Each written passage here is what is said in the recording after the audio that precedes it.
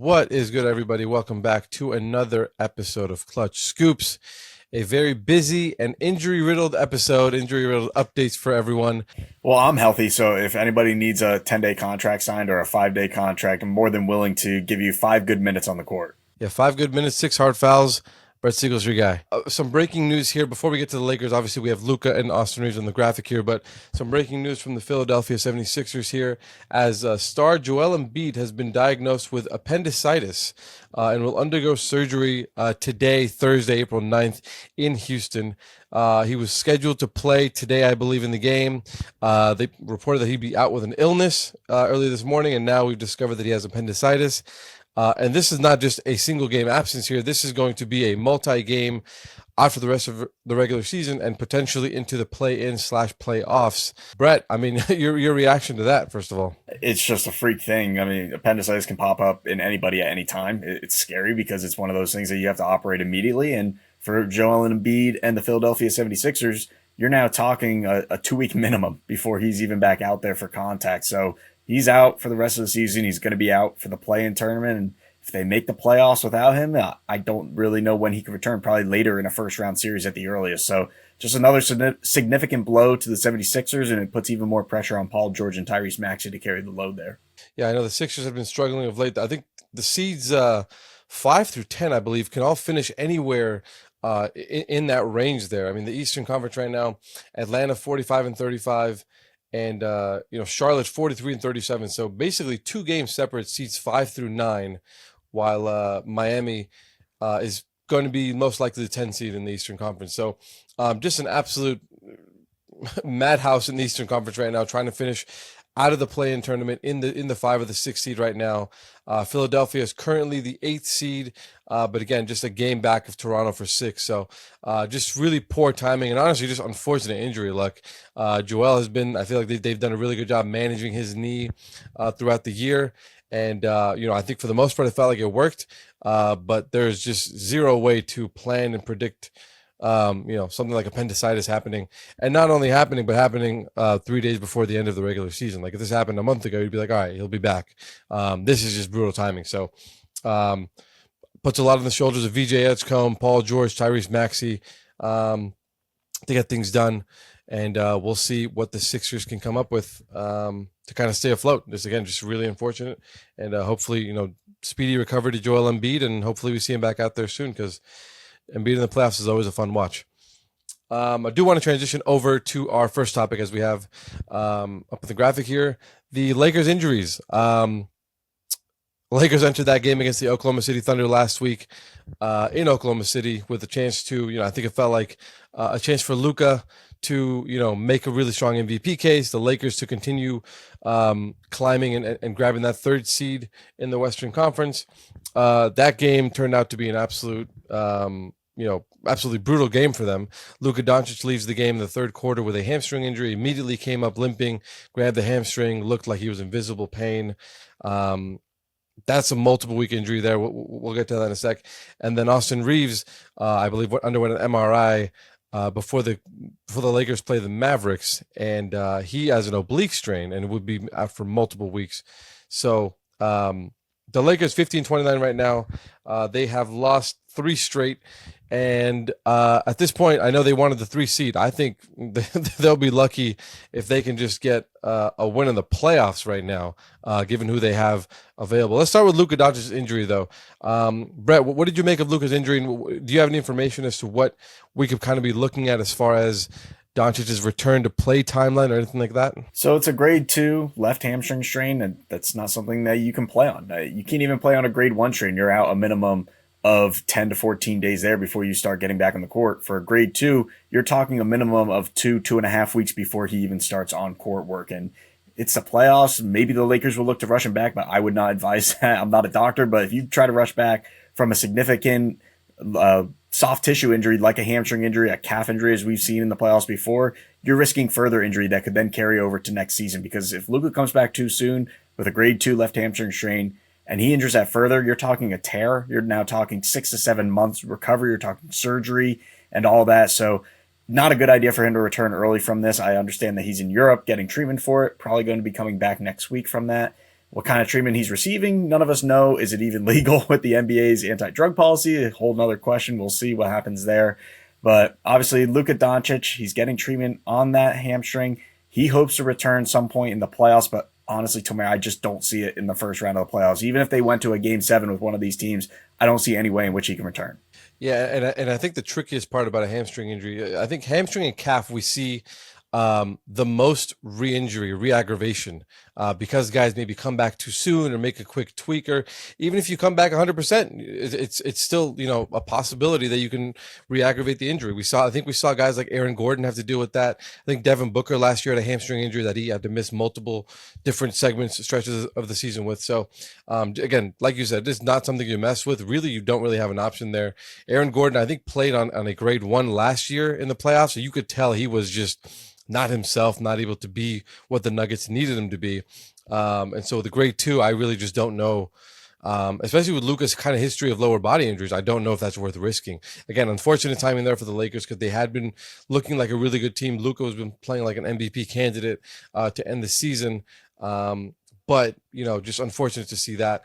Austin Reaves, on the other hand, I think not too different of a situation because you obviously have an oblique strain there, not something you really want to play with. But I think there is a free agency aspect that we have to talk about as well with his injury status. But before we get to the free agency part, what are we hearing? What do you know about the oblique strain, and maybe how long can we kind of expect Austin to be out with that injury? Is there a chance he can come back in the playoffs? It's pretty much kind of the same timeline. I think that for him, with the oblique strain, I think that maybe a little sooner than Doncic on a grade 2 left hamstring strain. But again, you're talking 2 to 4 weeks here and 2 weeks minimum before he's even going to start trying to ramp up his activity, see what he can actually do. But with an oblique injury, now you worry about him shooting. You're going to have pain there just in your shooting stroke with nobody guarding you. So is that even something that he can tolerate on the court? So lots of meds. Obviously, they're going to be shooting that thing up if he is going to be playing to get him back out on the court. But I just don't understand him. You're playing against the Thunder and you're down, 40 at halftime. And you hear JJ Redick say, he wanted to give the starters some time to see what they could do to maybe get the team just in a positive direction. You know that you're not going to win that game, but hey, we're going to put them out there, see what they can do because we're going to probably see them in the playoffs or we're going to be facing this type of competition next week.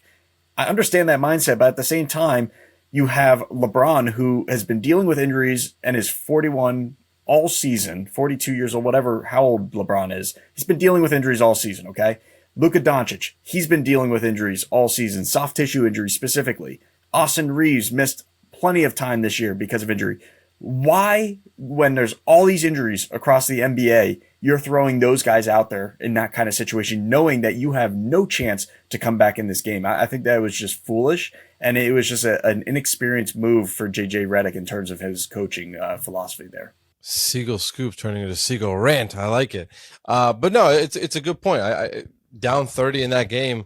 I think that at one point, I think it was like 60-20 or something like that in that first half. They had no chance of coming back at all. Yeah.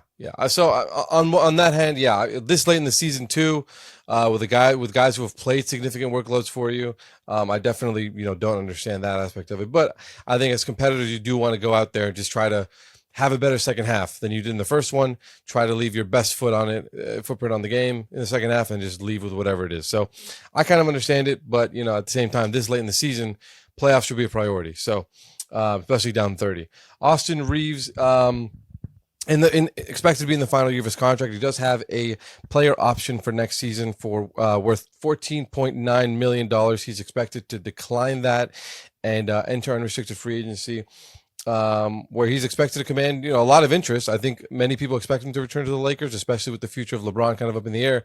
And if I'm Reaves, I'm actually even more hesitant to try to play injured, just because of that aspect. You don't want to sabotage any potential life-changing money here this summer. Would you agree with that? Yeah, I think that it's obviously something on the back of the mind, and we're going to be talking about it. But for Austin Reaves, I think that his situation is pretty locked in stone there, that he's going to be returning to the Lakers on a big contract. 95% sure that the only 5% that I say that he won't is because of something that we're going to talk about in a little bit. And it goes back to Giannis Antetokounmpo and if the Lakers will get involved there, because obviously you're going to need to figure out a way to come up with a package that's going to beat other teams.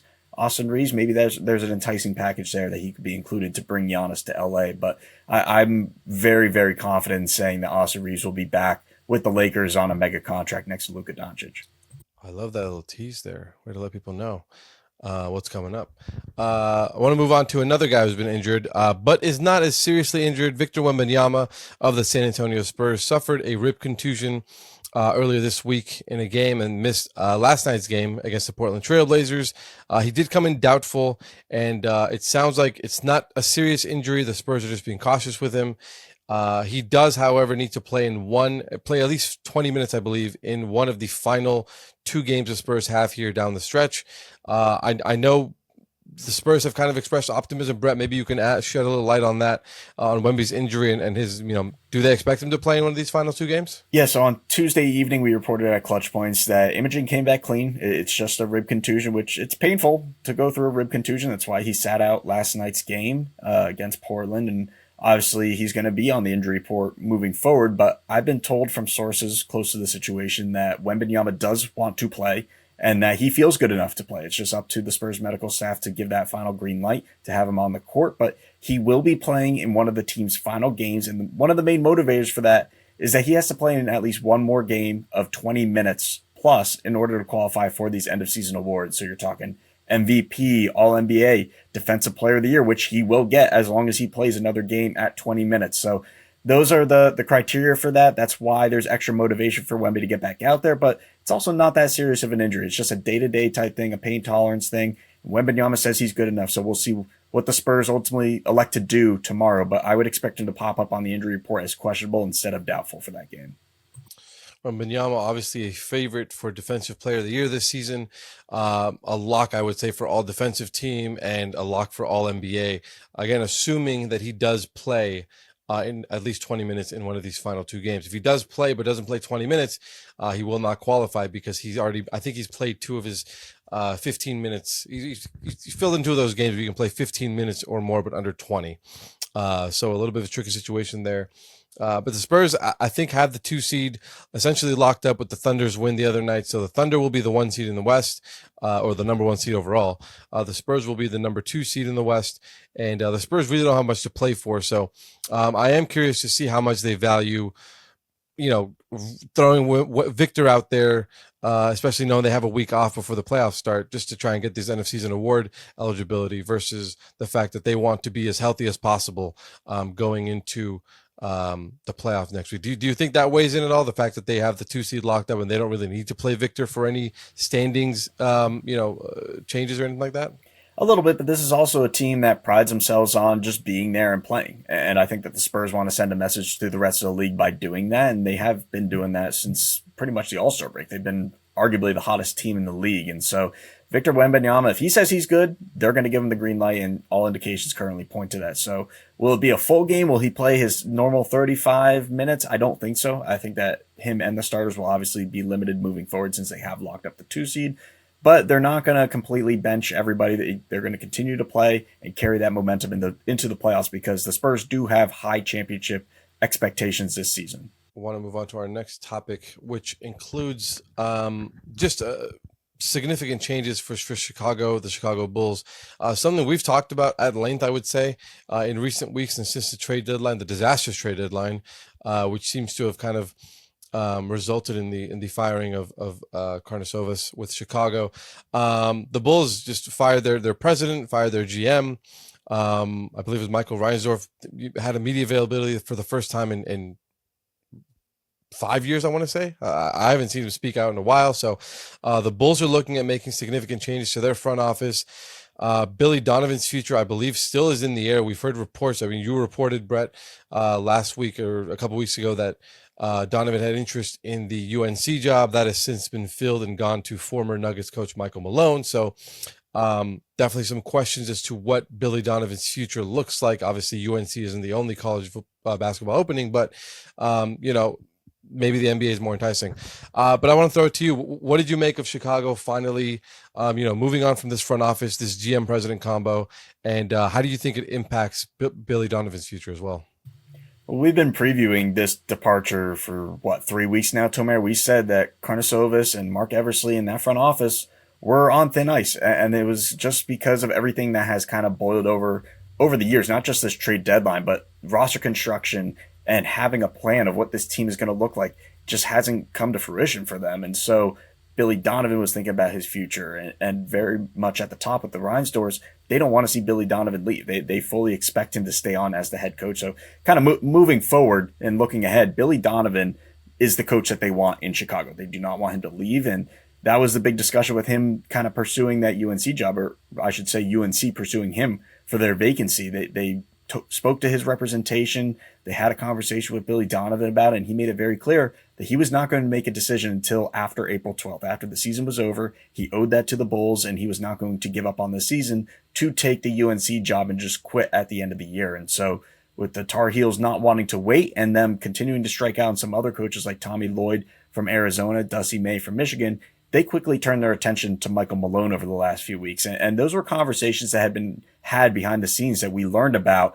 It wasn't made public until after they officially brought in Michael Malone, but his daughter plays volleyball there from my understanding. He's been on campus before, and he's had conversations with the athletic department. They reached out to him multiple times about this opportunity. And then there was at one point during the Final Four, they took a trip to visit him at his house with his wife. And that is the moment that Michael Malone ultimately decided that he wanted to become the head coach at North Carolina and give this a shot. So he's giving up on potential coaching opportunities that could open up. And again, we're going to preview that coming up in the coaching carousel segment of this show. But there's going to be multiple coaching jobs that Michael Malone would have fit in that are going to open up this offseason. So you can take him off the board. More questions kind of that coaching search. But what's going to happen with the future of Chicago? Who are they going to bring in to run their front office? Whoever it is, they're going to have to be comfortable with the fact that Billy Donovan is the head coach that Jerry Reinsdorf and this ownership group want. And so it's just going to be a very interesting scenario, because normally when you bring in new leadership, they get to handpick who's going to lead this organization on the sidelines. But it seems like that decision's already been made. So is there even a path forward here for the Bulls, Tomer? Because it just seems like that they're setting themselves up for even more disaster. Yeah, I mean, Billy Donovan, very highly respected within NBA circles, on the coaching front and players. I will say the Jaden Ivey stuff was that we saw last week was the tip of the iceberg, but this is a Chicago team that acquired guys like DeMar DeRozan and Zach LaVine over the years and flipped them for, not much value in return. This trade deadline alone, they traded Nikola Vucevic, Kobe White, Ayo Dosunmu, three key figures in their rotation, really good players who I would say all three have been excelling since the trade deadline. Obviously, Vucevic suffered the finger fracture with Boston, but he'd been excelling as a reserve. But Kobe White and Ayo Dosunmu were playing really, really well. Have been playing well since the trades. In exchange, they acquired guys like Rob Dillingham, Colin Sexton. They also got Leonard Miller, and they also had, I believe, Anthony Simons. But a couple of the guys are expiring contracts. A couple of those guys are just, maybe they're giving them a chance to see what they have, especially guys like Leonard Miller. So it's really unclear what direction Chicago is going. And I mean, clearly it's not to win, and they didn't really have that chance before. But acquiring talent just has not been something they've done. Long-term contracts, they haven't done a good job of that. And so I'm very curious to see what happens. I mean, Jaden Ivey, I would say, was probably their most intriguing prospect because of the potential he showed in Detroit. And, given the right runway, I think had a chance to be a really good player. And he is now out of the NBA with no indication that he'll be back anytime soon, if ever.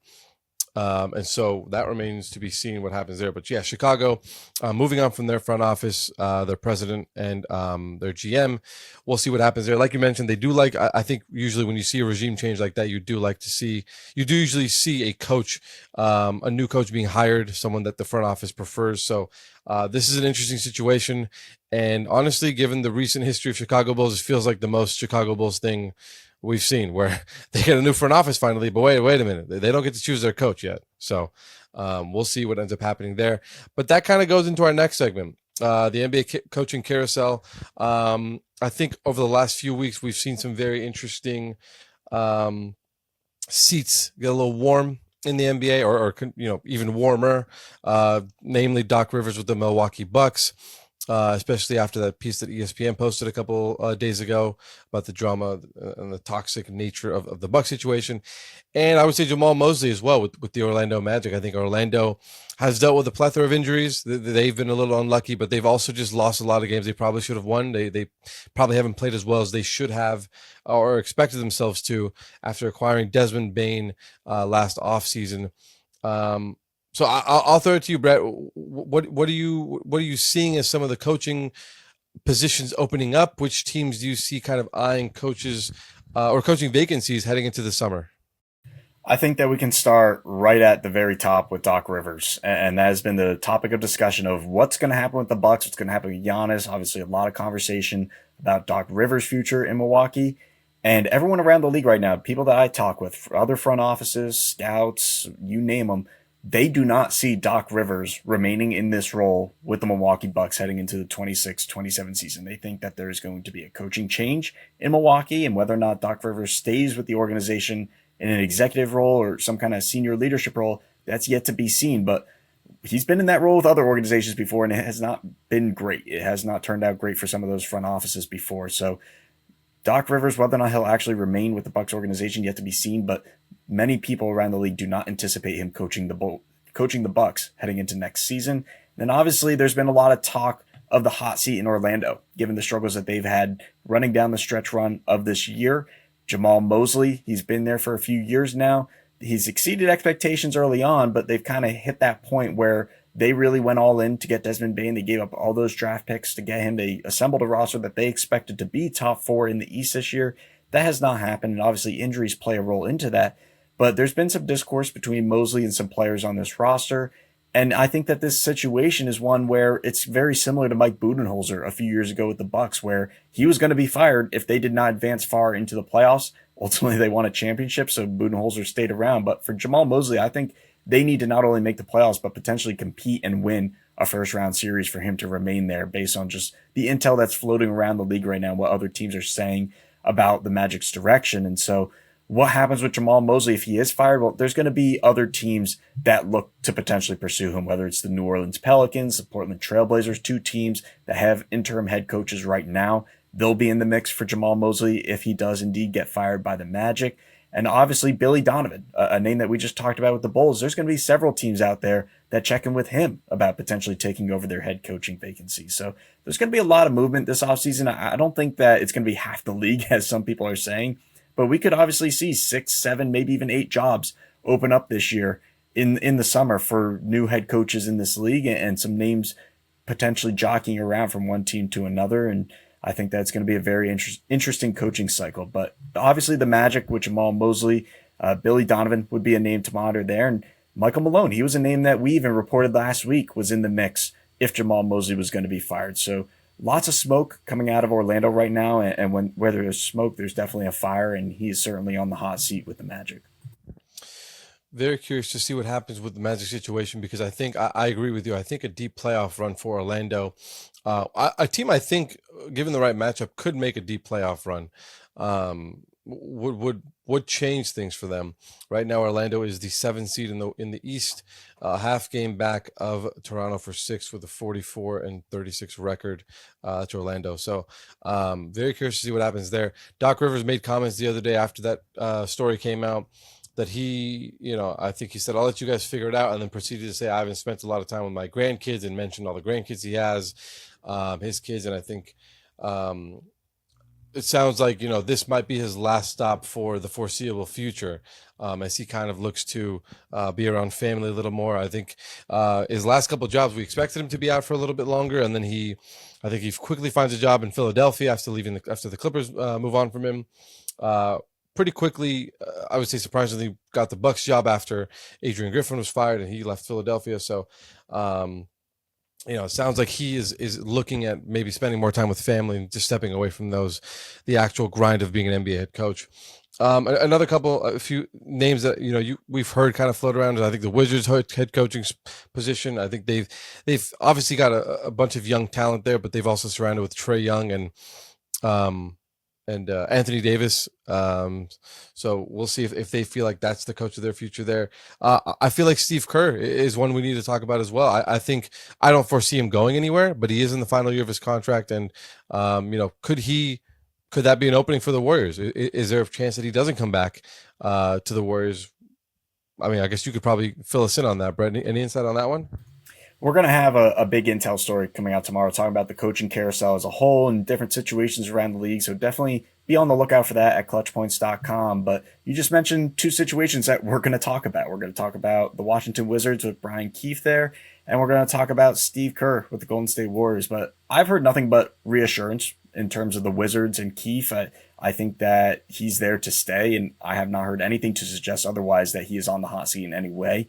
And they envision him being the leader of this young team, much like how the Utah Jazz believed in Will Hardy, even though that they have struggled. They like Will Hardy there. They signed him to an extension, and I kind of get the same sense from the Wizards right now. So I wouldn't anticipate a coaching change there just as much as I would not anticipate anything happening with the Golden State Warriors and Steve Kerr. We reported a month ago, and it's still true to this day. Every time we check in about Steve Kerr, it's the same thing, that the Warriors want him there, and they want him there however many years left he wants. And they're basically going to give him a blank contract, say, what do you want? And that's going to be what it is for Steve Kerr. So I would not anticipate any changes there. Whether or not they look to change their coaching staff a little bit, I think that that's something to monitor. Terry Stotts, an assistant, Jerry Stackhouse, whether or not they stay or leave, something to monitor for the Warriors. And obviously maybe they look to bring in somebody else to be the main associate head coach or main assistant on that bench, to kind of be groomed in a way by Steve Kerr to be the next head coach of this team. So definitely some things to watch for the Warriors, but Steve Kerr, he's not going anywhere. They don't want him to go anywhere. Whether or not it's going to be a last dance season, that's something that's yet to be determined. Again, make sure you tune into that piece tomorrow on the NBA coaching carousel. Brett's going to have that for us in the morning. So looking forward to that. That does kind of lead into our next topic. We led with it with the Bucks here with Doc Rivers, but I think that piece that we saw from ESPN posted a couple of days ago highlighted a lot of the drama surrounding the Bucks, the coaching situation, and Giannis Antetokounmpo's future very much up in the air. We've seen and heard the frustrations with the Bucks wanting to shut him down for the rest of this season. He, I believe, had I saw a report that he had a contract incentive with Nike if he played 41 games this year. He will fall short of that after being shut down. He probably had a chance to play with his brothers, Alex and Thanasis. He will not be able to do so, after being shut down as they play for the Bucks, but he is unavailable. He's not being allowed to play. And on one hand, I understand it from the Bucks side. You want to make sure Giannis is 100% healthy going into a summer that you're probably looking to trade him. But I can also understand Giannis's frustrations, given just how this season has just been an absolute, just shit show, for lack of a better word. It's been a mess in Milwaukee. So, Brett, what do you make of just the Bucks situation right now? Is Giannis finally on the way out this summer? I know we've talked about this for weeks and months, but are we finally near this actually happening? If he's saying he's healthy and everybody around him is saying he's healthy, and the only party that is saying he's not healthy is the Bucks, the NBA should be investigating this, and they are. And I think that what the NBA finds is that the Bucks are at fault for just resting a guy that can play right now. And I say that because why would Giannis say all of this about the Bucks and come out and basically challenge them, saying that they're resting me, I'm healthy, and they don't want me to play? Why would he say that? Like, for any reason at all? Even if he wanted to be traded in the offseason, and those conversations are going to be had, it doesn't make any sense for him to say that, because value goes down and you deal with all this drama on the side. But from the Bucks perspective, it's very clear why they're shutting him down, and it's so he doesn't get hurt, so they don't lose trade value, and they can move him for max value in the offseason. So I hope that the NBA actually does find the Bucks at fault here, because we deserve to see Giannis on the court, and more so the Bucks fans who pay all the money every year, the season ticket holders, to see Giannis play. And he's dedicated 10, 11 years of his life to be there, brought them a championship. They deserve to see him play at least one last time. And for him to go out like this, and for them to trade him at this point, it's just a very horrible way that they've treated their star at the end of his tenure there. And quite honestly, I think that that's going to have a trickle-down effect for other players around the league wanting to play for this organization. I mean, we even had, I believe, the Players Association come out with a statement refuting the Bucks, saying that Giannis was, injured. They said he was healthy. They evaluated him. He's healthy, and he's not able to play. and he's being shut down for no reason. The Bucks do have one final home game remaining on Friday against the Brooklyn Nets. That would be if Giannis does play, which he will not. It doesn't seem like he will. They've shut him down. But if there is one final home game, that chance comes tomorrow against the Nets. Well, he And wants to. He wants to play, and everybody around him keeps saying that he wants to play in that game. But like you said, it doesn't seem like the Bucks are going to give him clearance for it. yeah, and then the Bucks close out the season in Philadelphia on Sunday. That is a must-win game for Philadelphia as well. So, yeah, I mean, look, I don't know what ends up happening with Giannis tomorrow or in a week or in a month. It seems clear that this is we just need to see this come to an end.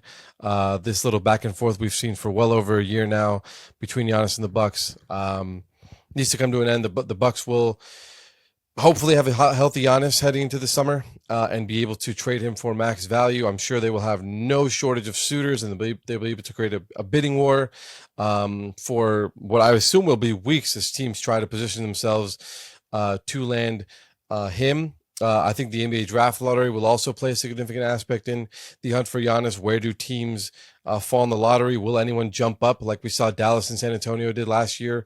Will that change teams' plans as far as trading for Giannis or keeping the pick? We'll see. But still a lot to be determined there. I do know that Giannis and Ja Morant have expressed interest in playing together. I know Ja Morant, obviously, his situation with Memphis. We saw him kind of waving, giving the peace sign on the way out of Memphis's FedEx Forum the other day for the final time. What's expected to be the final time. He is not expected to be in a Grizzlies uniform next season. So I think they're expecting a trade there.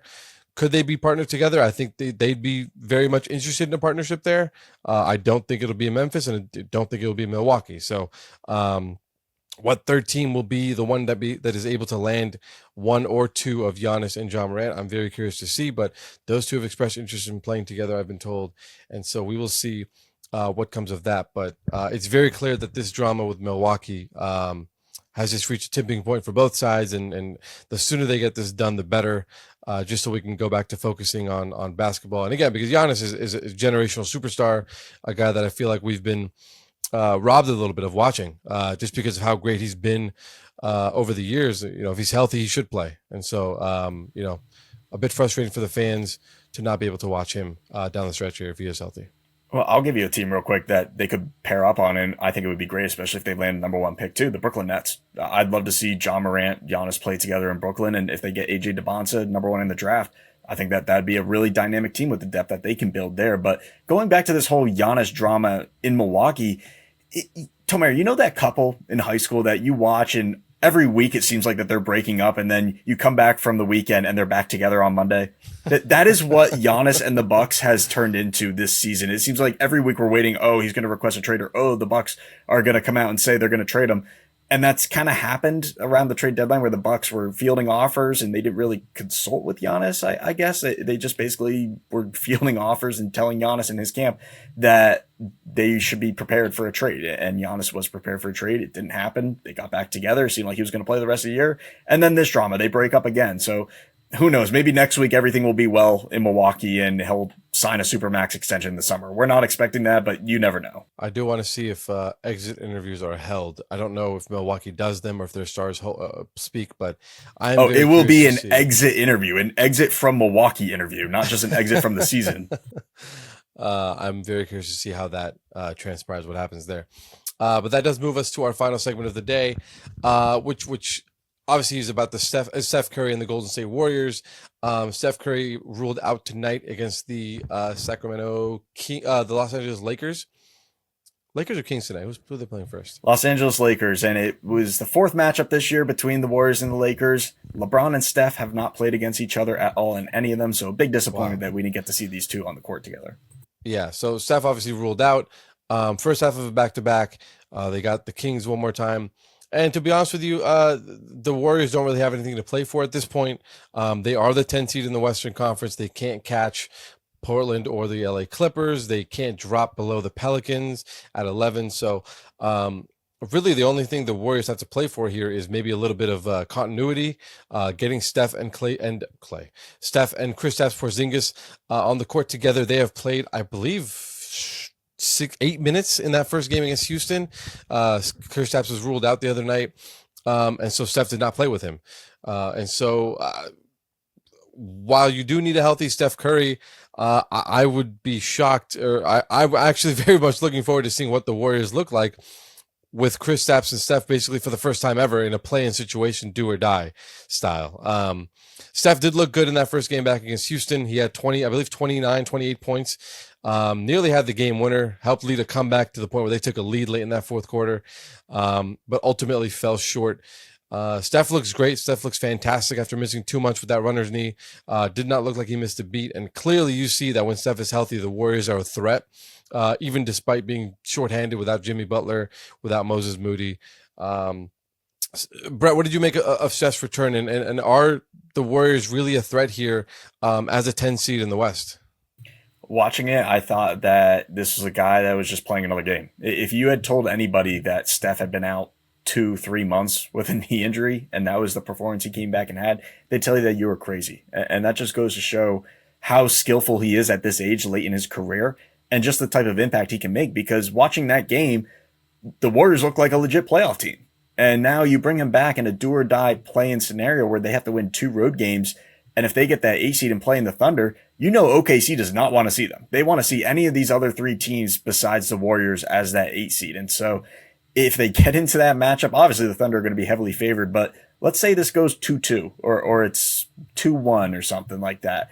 There's going to be a lot of pressure mounting on the defending champions because the Warriors are going to be playing with house money. They're the ones that are going to have nothing to lose if they are the 8 seed in that series. You have Stephen Curry, who is one of the greatest players of all time. You have Porzingis, assuming he's healthy, playing at a high level in a system that fits him the best, arguably, out of any of the 30 teams in this league.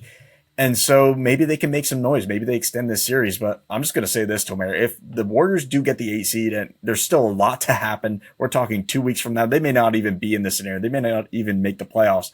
But if the Warriors make the 8 seed and they make that a series and they potentially by some chance dethrone the Thunder, where does that put Curry in terms of the all-time rankings? Because that would arguably be his biggest accomplishment ever. I mean, I don't think the Thunder it's hypothetical, but you have to talk Warriors. about it at this point. I don't think you have to talk about it. I don't think the Thunder are worried about the Warriors one bit. I mean, Steph Curry is a threat, but you take him out of the equation, and easier said than done. And I think OKC's a juggernaut. I mean, that being said, if the Warriors do somehow pull that off with Steph Curry, I mean, that's a phenomenal feat for him and his legacy. I think it's definitely up there, and that throws a significant wrench in the Western Conference playoff race. But I'm not ready to go there yet. When we have a show in a week, in 2 weeks, and we'll see where the series stand, I will get back to you on that. It would be fun to watch. I would definitely love it for the chaos. I'm all for chaos. Give me Warriors upsetting Thunder. Give me the 7 seed upsetting the Spurs. I'm all for it. I just don't see it happening right now. So I think the Thunder have been a juggernaut all year. For 2 years straight now, they've been a juggernaut. I find it really hard to see anyone beating them 4 times out of 7. But I will say Steph being back for the Warriors is just great for the league. It's so much fun for the NBA. Fans can watch one of the best shooter of all time again. I mean, I think the Warriors played a video tribute in the arena, but it was fans saying, "Welcome back, Steph. Thanks for everything. We're so excited to see you." And they showed it to Steph in the arena. It was so fun to see. And like, you really realize what the NBA misses without having a guy like Steph Curry, the absolute game-changing nature of his style of play. You missed it for 2 months. You missed that kind of style of play. So very excited to see Steph back. Excited to see what is in store for the Warriors' future. I hope he just stays healthy. That more than anything, because a healthy Steph is just a fun Warriors team. And I think they always have a chance. I'm not going to say it's a 0% chance, but they always have a chance if Steph's healthy. So I'm very much looking forward to seeing what they can do in the play-in and potentially the playoffs. Brett, anything to add before we wrap up here? Real quick, we'll touch on their injury situation because the Warriors do play a back-to-back. One of the main reasons Steph was held out. Obviously, they played tonight, so getting information from the Warriors a little thin right now. We'll see what Steve Kerr says tonight in terms of Steph Curry's injury, but I would expect him to play at least one more game this year, and quite honestly, I'm of the belief that this is just a back-to-back scenario. They don't want him playing in both games, so we'll see if he plays against the Sacramento Kings tomorrow night on Friday. But other injury situations, Kristaps Porzingis, they're expecting him to play with Steph before the end of the regular season. We'll see if that happens, whether that's tomorrow or against the Clippers to end the year. And then Al Horford is another situation that we've been monitoring. He's had that calf injury now, been out roughly 3 to 4 weeks, I believe. They've been without Horford, but he's been ramping up his activities. As of this weekend, the plan is for him to participate in 5-on-5 scrimmaging. And at that point, if everything goes well, he'll get the clearance sometime next week, whether that's for the Clippers matchup, the season finale, or to return for their playing game, the 9 seed versus 10 seed game. But they do anticipate him being back, and he looks good right now from everything that I've heard in terms of Al Horford's health. Brett, as always, appreciate the updates. Appreciate you guys for tuning in, for watching. We will have another episode for you guys next week. But until then, we'll have some more content on our YouTube and Instagram channels. And yeah, appreciate you guys. See you.